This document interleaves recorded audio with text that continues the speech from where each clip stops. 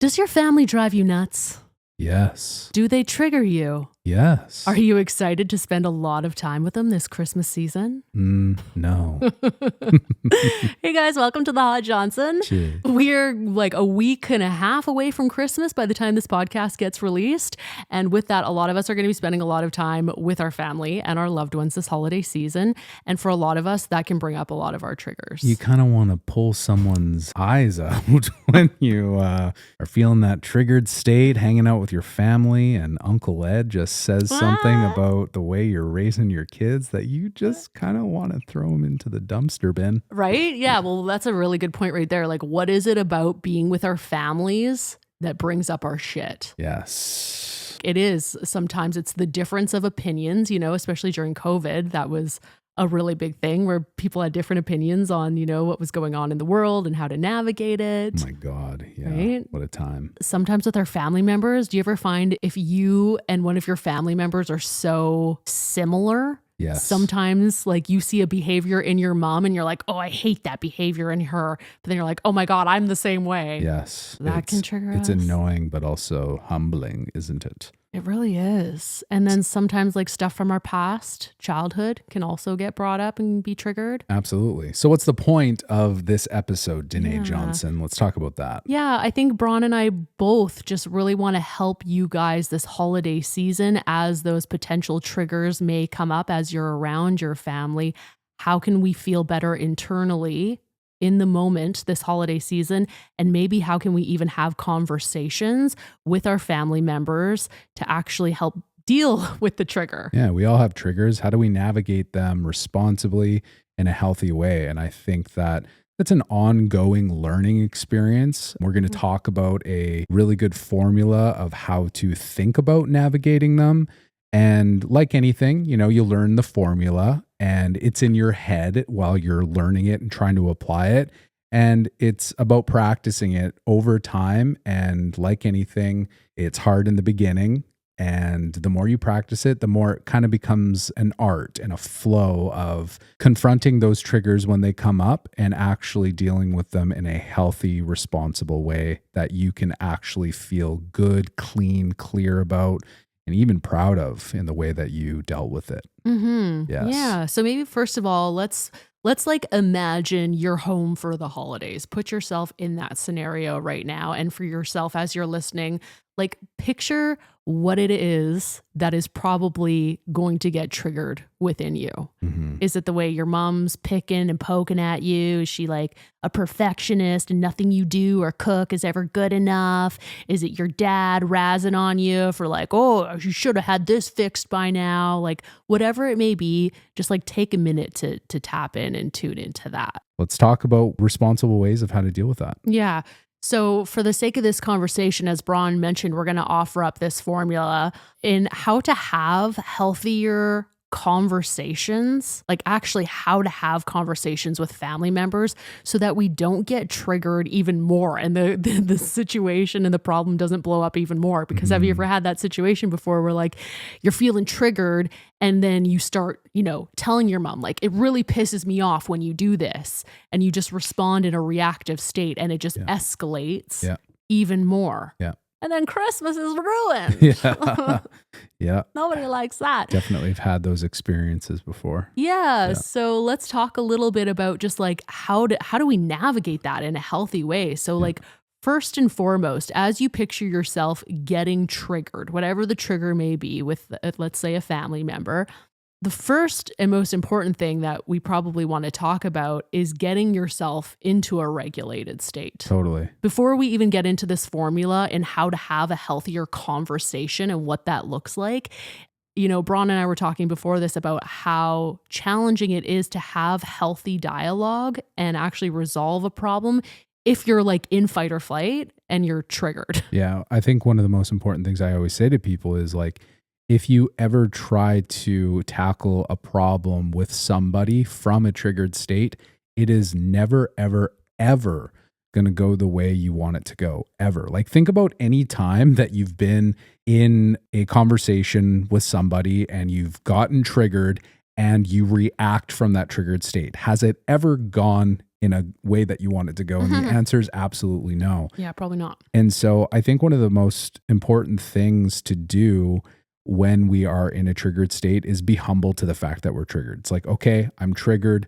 What do I need to do right now? And a lot of times what I encourage people to do is to take 5, step away from the conversation. Because if you react and speak from that place, what's going to happen? Like you said, it's just going to blow up. Yeah, you end up saying things that you're probably going to regret. Absolutely. Yeah, and I think it's really cool to note and just know this about yourself, that when we are in that triggered state, what actually happens to our brain. So when our nervous system goes into that fight or flight, our brain actually goes and focuses more on the like reptilian part of our brain, which is why it's a lot harder to be reasonable and rational in those moments when you're triggered. Like just that animalistic part of your brain is what is online. And so it's really challenging to be logical in those moments. Totally.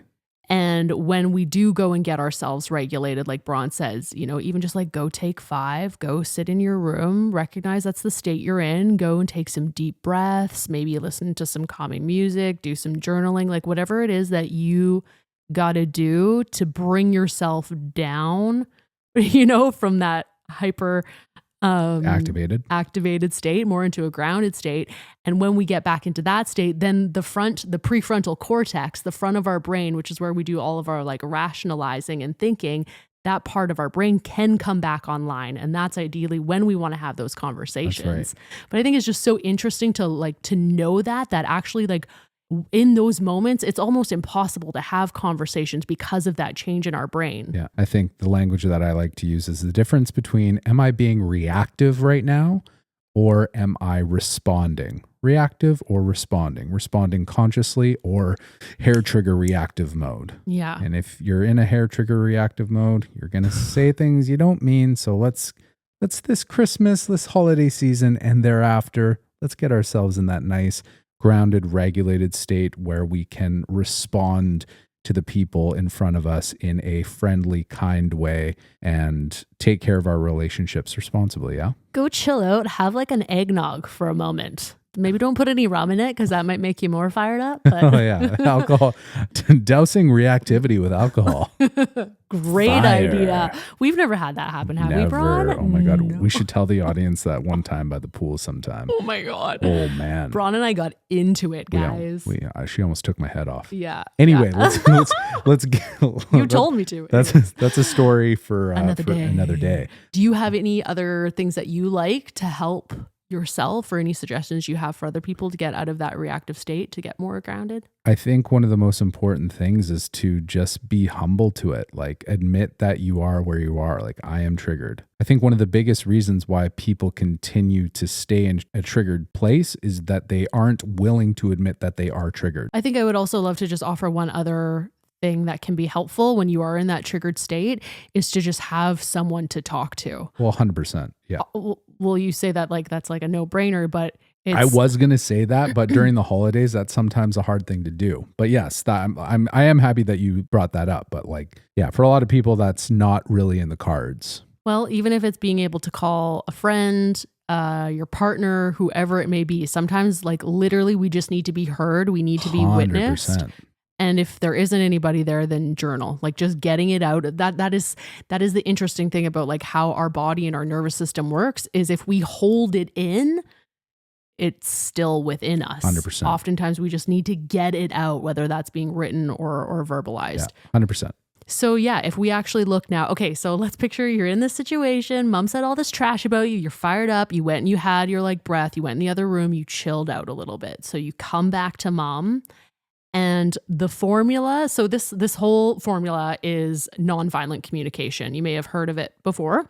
So the 4 different components of nonviolent communication, and then we'll delve into each of them individually. Feel free to write these down, are observation, feeling, need, and then request. And so how this looks in that situation would be, so let's go back to this like situation with mom when she was like picking at you and how you're parenting. So you would observe the situation and communicate to your mom something along these lines like, Hey, mom, when you make comments about how I raised my child, and once again, be trying to observe this situation in a non-reactive way as you're communicating it. So you've Mhm. observed it. Hey, mom, when you make these comments about how I raised my child, feeling, it makes me feel like you don't trust me, like I don't feel respected. Mhm. So you just like share in that moment how you feel Yeah. so the other person can hear how it's impacting you. Yes. Need. What do you need in that moment? What I really would love, mom, and what I need is for you to just trust that I know what I'm doing and I can handle the situation. I know you have good intentions and you care about my kids, but I'm a big girl now. I need you to trust that I can do this. Mhm. And then request, would you be willing to do that? Yeah. And so that's as simple as it is. And you can literally take that formula anywhere with any of your relationships, whether it's a work conflict, your romantic partner. You know, a very common one is like the garbage. Like, so Yeah. if we play that out right now, like, okay, objectively saying, hey, babe, I'm noticing you're not taking out the garbage. And I thought that was kind of like our agreement that that was going to be your job. It makes me feel, how does it make you feel when this happens? I kind of just feel like I'm alone in this and I'm doing a lot of the work and that just doesn't feel good. It makes me feel like we're not a team. What do you need?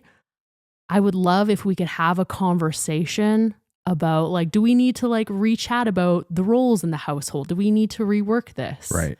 And then request, would you be willing to like set a date and time where we can like talk about this? Right. I love this so much because it is such a helpful way to like learn how to navigate conversation.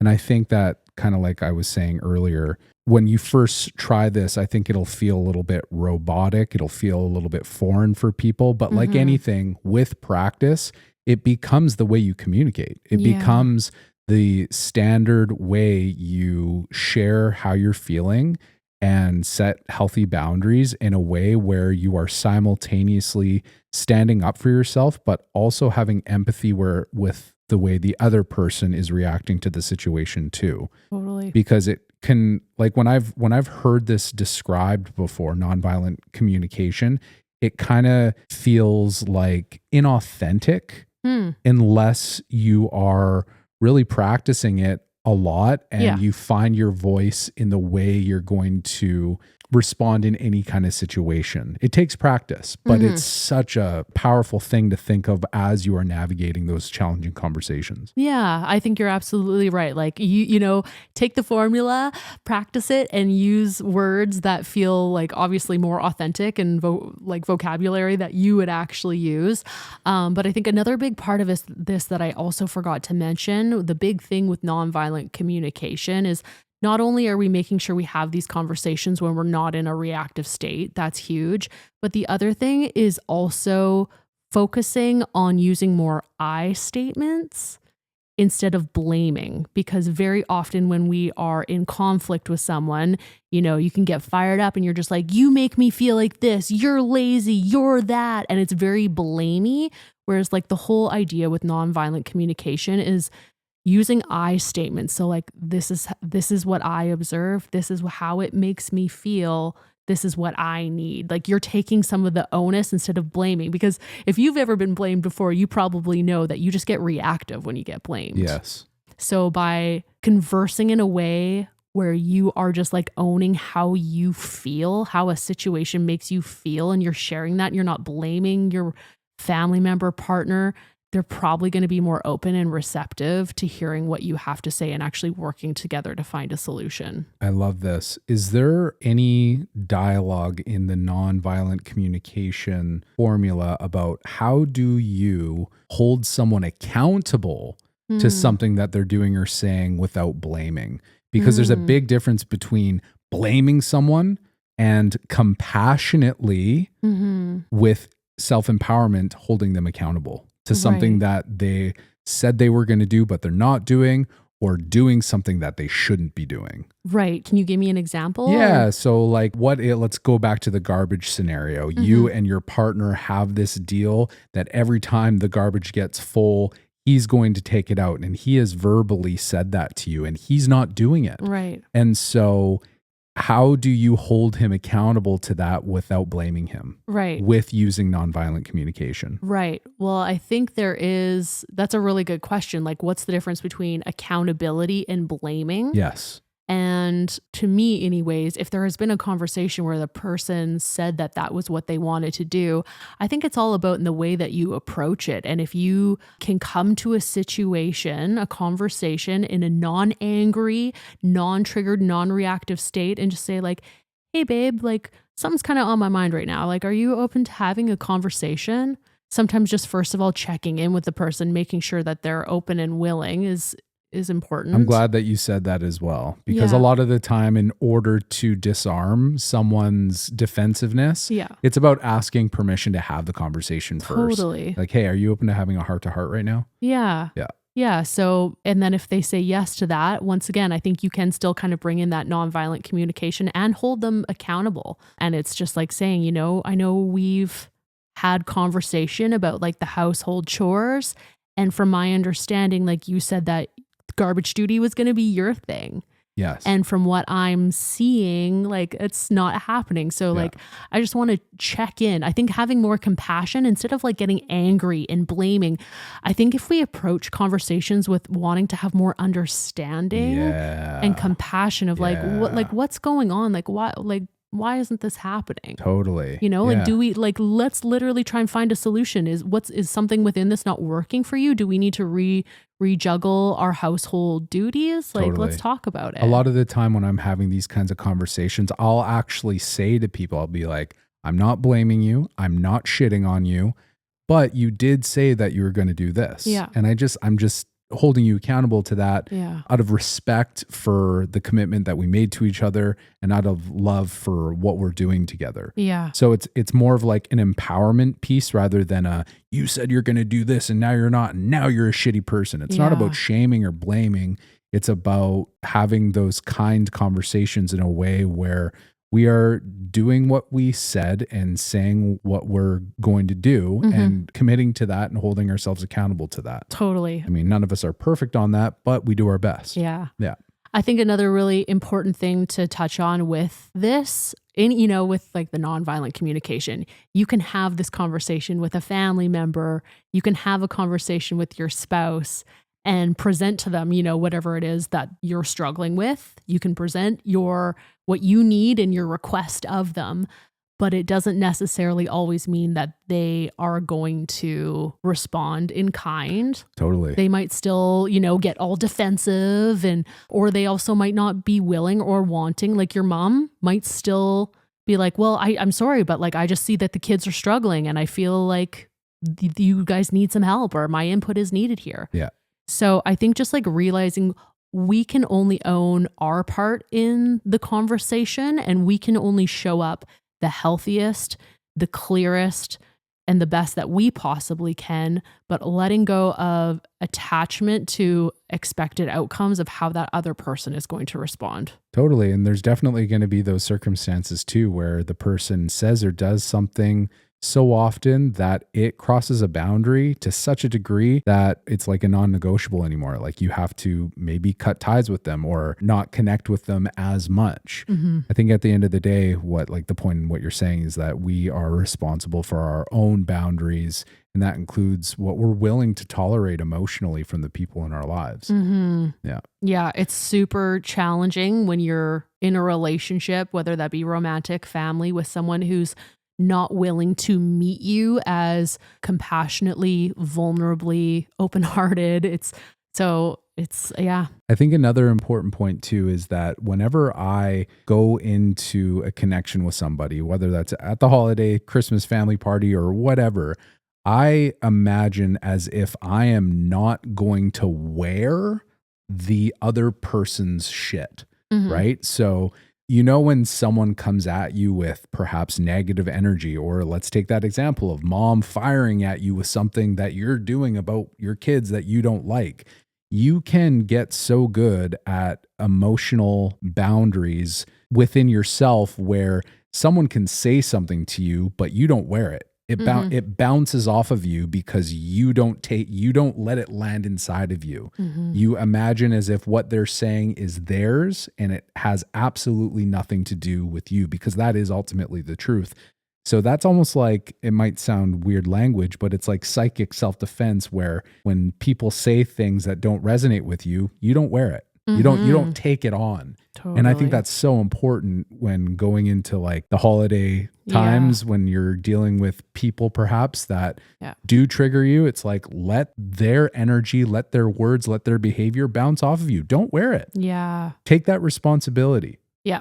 And knowing that you're going to potentially be going into those kinds of environments this holiday season, how can you set yourself up to bolster your well-being before you go into that? I don't know about you, but for me, I know that if I'm not taking care of my own self-care, if I'm not getting enough sleep, if I'm not eating well enough, if I'm not working out, and my own like well-being is not, if my cup isn't full and I go into those types of environments, it's going to just drain my system. Totally. And be so much harder to maintain those boundaries, those energetic boundaries, and not take that stuff on. Totally. So just like before you go into your holiday, family party or whatever it may be this holiday season, just like checking in with yourself of like, are you taking care of you? Yeah. And because I also feel like I hear so many people this time of the year where they're like feeling the expectation of like, oh, I have to go to this dinner. I have to show up for this.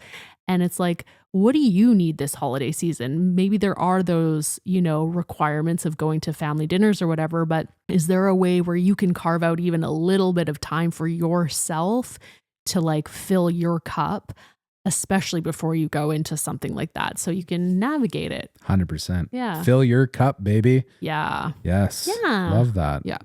Beautiful. Yeah. Why don't you recap really quickly the formula so people can take that with them for the holidays and beyond? Yes. So as you're navigating your conversations with family, loved ones, friends, coworkers, whoever it may be, going into the conversation in a regulated state, go take some time out, breathe, come back to the conversation when you're feeling more grounded. And then as you're having the conversation, trying to use I statements instead of blaming, try to share more from the perspective of how the situation is affecting you, how it's making you feel, what you need.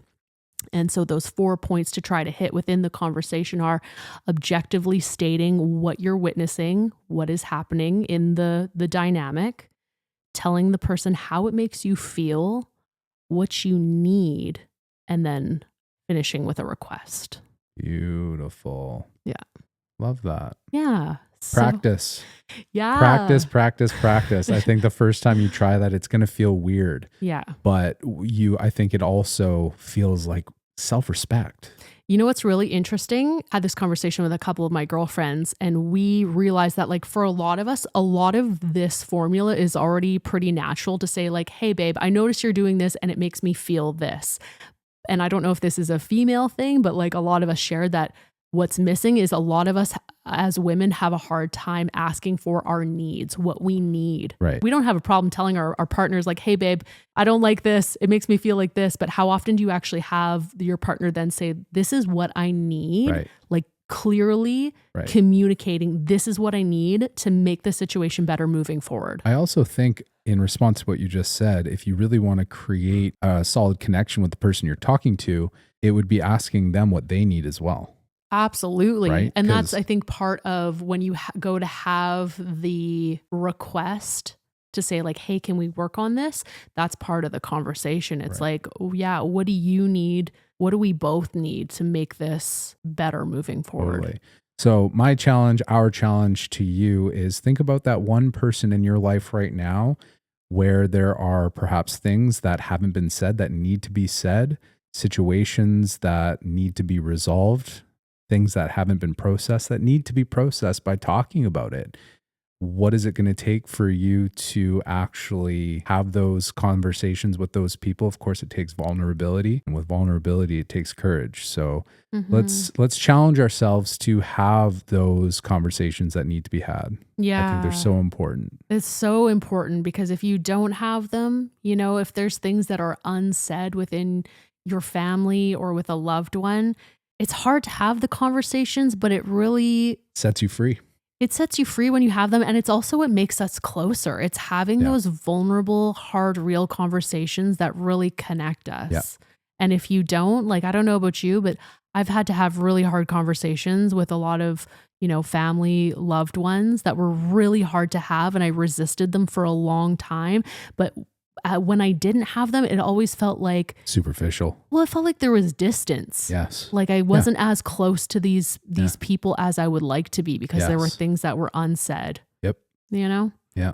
So maybe you don't want to have them this holiday season if they're going to, bring up a whole bunch of shit right before Christmas, but find a good time. Set the intention for January. Yeah. Yeah.